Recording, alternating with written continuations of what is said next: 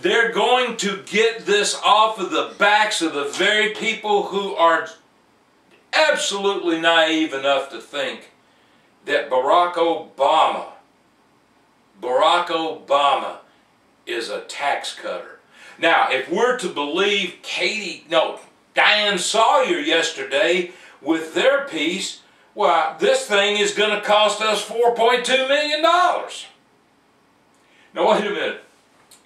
When we listened to some sound bites yesterday, which are still up on the website, and we took a look at what the liberal media was having to say and their spin about the health care bill, this thing, all these conservatives are just crazy.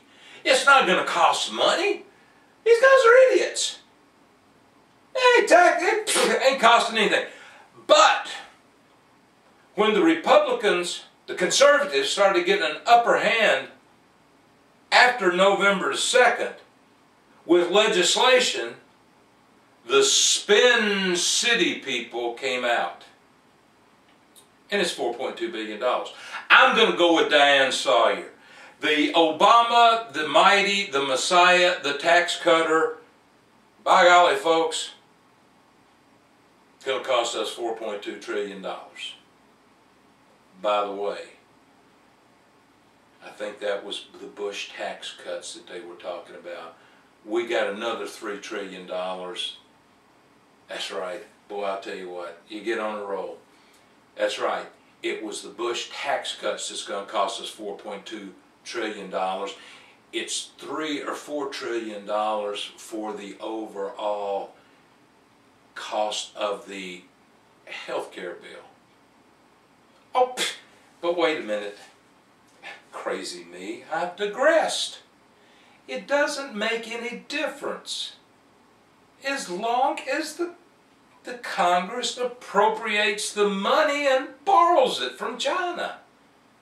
Because as you know, the more we borrow, the better the economy gets. Joe Biden told us that. The book of Job.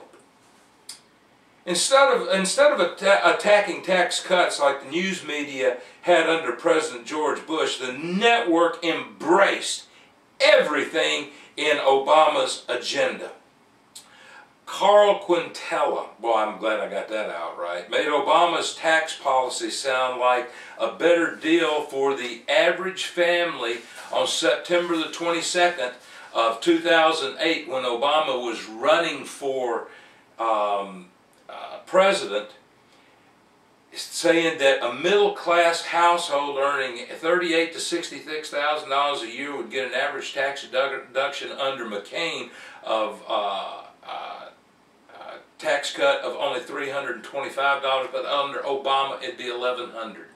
This is a perpetuating myth. Now we're going to talk about the president one day, and we're going to talk about a couple of books that you need to read, and we're going to talk about this guy's ideology. But let me tell you folks, this guy ran on a platform of raising taxes. If he had gotten cap and trade, we would all be in trouble. And if you never saw that cut that he had where it says, you know, if we get the cap and trade bill, our electric rates, by necessity are going to skyrocket. Great. I like it. Don't you? But yet the spin of the media is Obama's the great tax cutter. They call him a middle-class hero. They ignored the violation of his pledge not to raise taxes one dime on the middle class. One dime. Since the cuts have been a fixture in the tax code for 10 years, and folks, they have been, wait a minute, let's see, who gave us those tax cuts? That mean, nasty old man George Bush. Now, George Bush didn't do everything right, but I didn't have to worry about what George Bush, whether he loved this country and he was trying to do the right thing.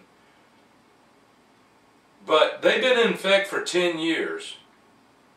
What it really means, and let's get this down straight, if the tax code that we have that George Bush started 10 years ago is allowed to sunset and not be extended, Obama, the tax cutter, will be responsible for the single largest tax increase in the history of this country. By the way, that's the same tax increase that Charles Krafthammer said was the reason that Obama won this thing, because this is bigger than the stimulus program. Let's get that out again. This tax program extended is bigger than the stimulus program.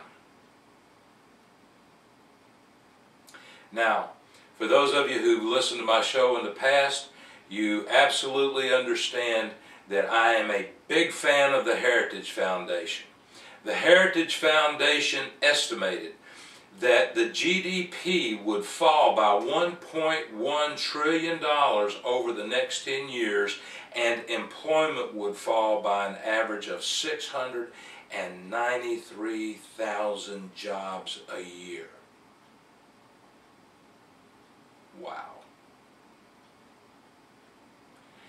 Some of these liberal biased media people were more upset. Now, the big claim here, folks, and I again encourage you to study, but the big claim here is that you won't see a lot of tax increase if you paid taxes last year, if they just let it go. And remember, top 10% of the highest paid people in this country pay 70% of the taxes. So, the bottom 90% pay 30% of the taxes. I'm going to tell you what, every tax bracket would go up. The Tax Foundation has a thing you can go to that you can put your income last year, put your income this year, and if the things aren't extended, would tell you how much more you would be paying in taxes, and that's an interesting calculation. This is the real deal, folks. You know, he says, he being the president, he claims it's way too expensive to leave these tax cuts in place for the top income earners.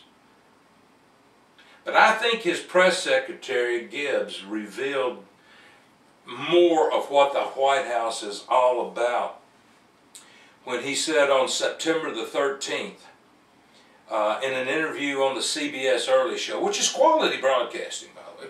Quality, kind of like David Letterman. I mean, Letterman is brilliant, you know.